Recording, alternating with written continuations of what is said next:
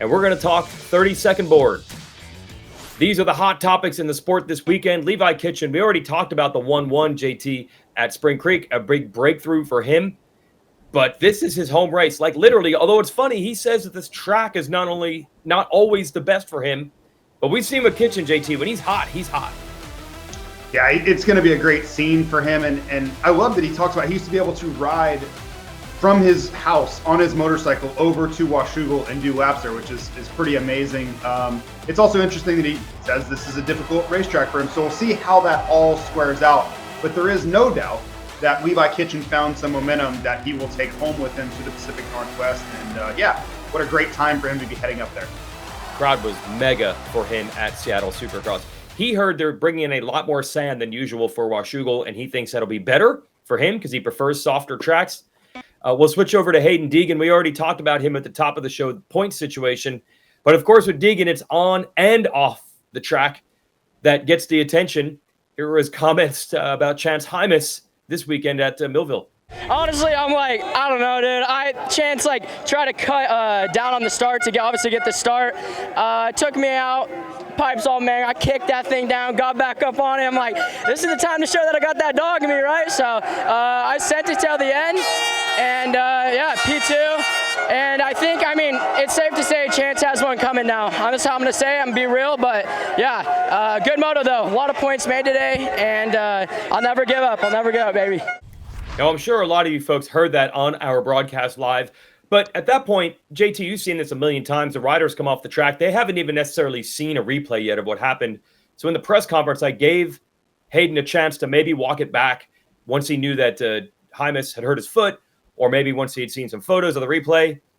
He kind of just said it is what it is. He did not walk it back. So that's kind of the Haiden Deegan thing. He is not afraid to make enemies out there for better or for worse. Yeah, I certainly didn't see this scenario play out the way he did. My take on the whole thing is it was a racing incident. I've never seen someone getting the whole shot purposely drop their leg or lose traction in an effort to take someone out behind them. Like that would be a new dynamic for me, some sort of ninja move that I've never come across before. So I think it was much less nefarious than any of that, but we've seen this from Haiden, right? He is looking for an edge. He is looking for a way to keep himself motivated regardless of what it takes to do that. So if that's what it takes to be your best and you have to find some way that someone slighted you to find your edge, I get it. I just think this one might be a little misplaced. Spring Creek was great for a couple riders. You might watch the race and say, oh, that's awesome for the rookie Casey Cochran. He got a whole shot in a mud race. Everybody else had problems. He had a giant lead. But it's not just that, JT. As a rookie, he has really come on strong here the last 3 or 4 rounds, and Spring Creek was just a continuation of that. Might really be something here for the 166. Yeah, he's really breaking out. This was such a great opportunity with him getting the start, leading laps. But, I look back at Hangtown, that fast qualifying lap he put in, I raised my eyebrows at it because that's something. You don't set a lap, then reset a lap. He was kind of going back and forth at Hangtown. So we've seen glimpses that this was possible. I think he finally made good on the opportunity that was in front of him. And there's something to be said for that. Guys get good starts. They set themselves up, but they don't follow through. Cochran followed through here for 35 minutes. He ran that pace, and he accomplished his first ever podium. That is a huge step forward in the story of Casey Cochran. And another rider had a great second moto was Dylan Schwarz. And kind of the same thing, maybe a lighter version of it. Schwarz was running third for a while. We thought might have an overall podium. Ended up with a career best 5th. But he also has been quietly pretty good the last couple of weeks. Yeah, similar theme here, right? Dylan Schwarz has been sneaky good this entire pro motocross season on a Suzuki, which he's kind of out there by himself. There are not many Suzuki 250s out there in the field, but similar to Casey, he got a good start. There was chaos in the field behind him, and in those moments, you have to find a way to summon your best form. You have to put yourself out there and take every chance. And we saw that. I felt the 10th in the first moto was more indicative of what he's going to show us more times than not. This 6th place in the second moto was him seizing the opportunity that was in front of him. And that is so, so important as these riders start to move up and they try to find themselves and eventually move into that 450 class. Yeah, if you see Schwarz at the end of the day in 9th or 10th, don't be surprised anymore. Now we know that is what he is completely capable of. That's not a surprise. We'll go to the 250 SMX bubble, Schwarz being a part of that. This is the riders vying to get into the top 20 and qualify automatically for the playoffs. So Cochran, with hardly any Supercross points, has already done it. Same thing for Joey Savacci, who's 19th. Marchbanks is a 450 rider now, so he's not going to score any more 250 points. He will drop out. There's Schwarz. He might take advantage. Phil Nicoletti's a 450 guy. We don't know when we're getting Cameron McAdoo back, so Schwarz might be the beneficiary of all this. Yeah, Schwarz is in a great spot here. He's going into tracks that he should do well on. 4 events to go, and you mentioned some of those guys are aiming at the 450 class. McAdoo, I think, is just about to get back on a motorcycle, so I would be shocked if we saw him before Charlotte, which would set him up maybe to be in those LCQ races at those rounds. But Schwarz has everything right in front of him. If he rides like he did this weekend, it won't even be a conversation. He'll easily waltz into a starting grid at Charlotte. Chase Sexton has just completely taken control of the 450 class. And it is so wild, by the way, to see Sexton with this giant point lead in SMX when so much of his Supercross campaign was talk about frustration and the bike and trying to figure it out. Life comes at you quick, both good and bad. Yeah, Sexton he's on fire.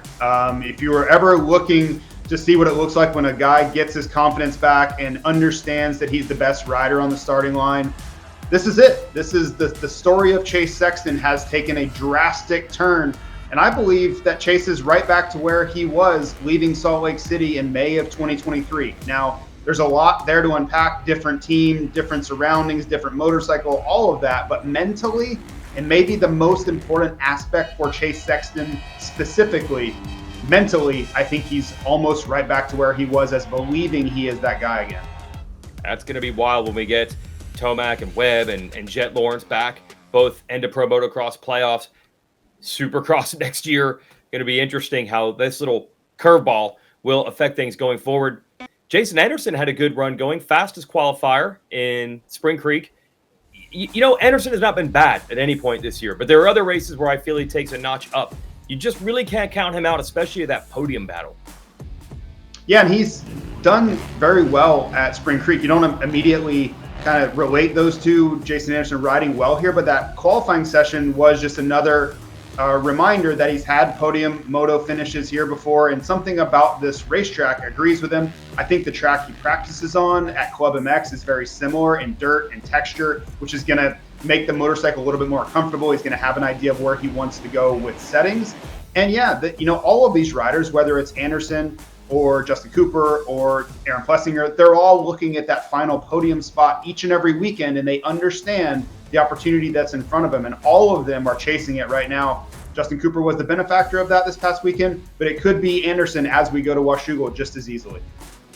A little further back than that in the standings, there's some critical battles which will potentially determine the seeding for SMX playoffs. We'll talk about that more in depth later in our SMX Facts with Clinton Fowler, but shout out to the likes of Harrykulas, Grant Harlan, and Phil Nicoletti, who are using really strong, consistent rides in Pro Motocross every weekend to move up the standings. And now Harlan's in a 20th, and Phil's trying to avoid the LCQs that he was in last year in SMX, and he's 16th now. Here's Harrykulas, 21st. And now we hear our Finnish journalist, Jani Hovi, saying Kulas is going to try to race the rest of these. He was supposed to be done after Spring Creek.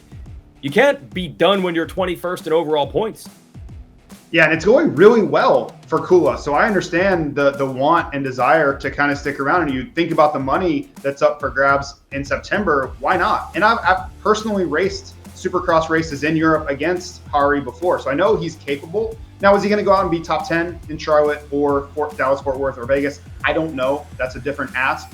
But he certainly has the skills versus some of the other Europeans who have come over where they had no Supercross experience whatsoever. Hari's in a little bit different bucket there, so I think it could work out if he does continue to ratchet up the points and jump into that top 20. Well, they're all, JT, trying to pull what I call the Colt Nichols, who showed up for a couple of races in Pro Motocross last year on his own dime, got into the playoffs, crushed it there, was top 10, near top 5 in a lot of the races, and made himself six figures. We've been waiting to hear the announcement that Nichols, who parted ways with Liqui Beta, would be joining Twisted Tea Suzuki. The word is finally out this week, but oddly, he will not race for them until Unadilla but he's so far back in SMX points, it might not matter anyway.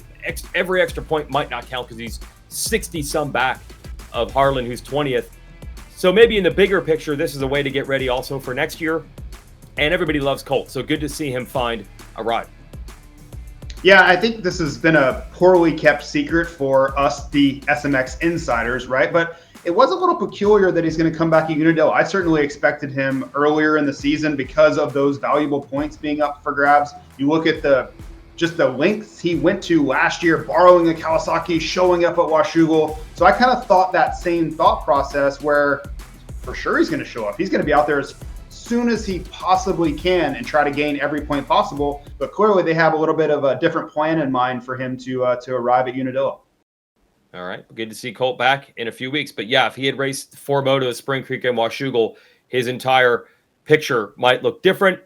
When we go to Washougal, it'll look a little different. It is military appreciation race. We have a great history of this in Monster Energy Supercross. It'll be awesome to have this in Pro Motocross because everybody usually gets in on the deal with the graphics and the gear. The opening ceremonies will be different at Washougal. So we salute the service and we love to see it. Yeah, this is awesome. I've spoken to so many people that are associated with this, military veterans that are coming out to the race, and the Huffman family is going to do a great job of celebrating them and showing everyone's appreciation. So as we always talk about, it's really fun to see what the teams can come up with. They can get creative. They can really think outside the box as far as graphics and colorways and all these things. And most importantly, it shows what is the most important thing here is recognizing all of these people who have sacrificed everything. They put their lives on the line to keep this country safe. That's just part of the story at Washougal. The thing you will hear every year, military appreciation race or not, is how scenic this track is. Now, me as a TV guy, I shudder when I have to say these words. TV doesn't quite show it. It looks cool on TV, but I'd heard about this for years when I was a kid before I went to this race.